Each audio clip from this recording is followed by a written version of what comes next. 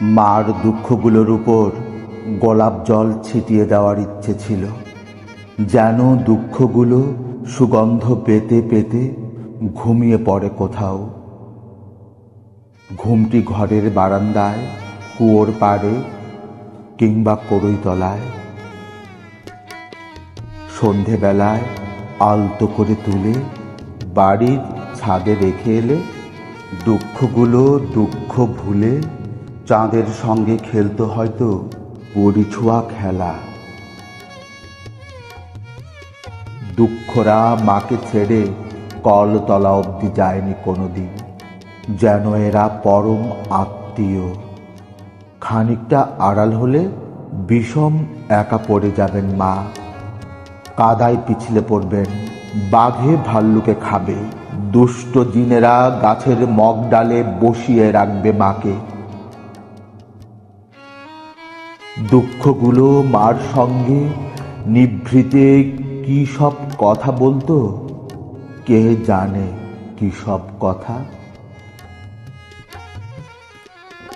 মাকে দুঃখের হাতে সঁপে বাড়ির মানুষগুলো অসম্ভব স্বস্তি পেত।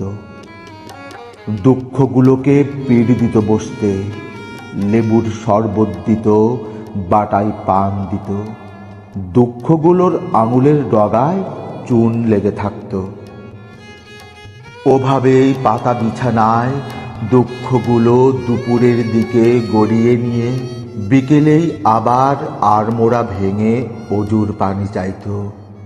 জায়নামাজও বিছিয়ে দেওয়া হতো ঘরের মধ্যিখানে।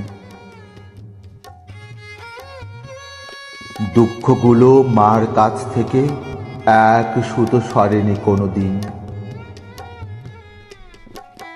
ইচ্ছে ছিল লোহার সিন্দুকে উই আর তেলাপোকার সঙ্গে, তেলাপোকা আর ন্যাপথলিনের সঙ্গে ওদের পুড়ে রাখি। ইচ্ছে ছিল বেড়াতে গিয়ে ব্রহ্মপুত্রের জলে, কেউ জানবে না, ভাসিয়ে দেব একদিন। কচুরি পানার মতো, খড়কুটোর মতো, মরা সাপের মতো ভাসতে ভাসতে দুঃখরা চলে যাবে কুচবিহারের দিকে, ইচ্ছে ছিল। দুঃখগুলো মার সঙ্গে শেষ অবধি কবর অবধি গেছে।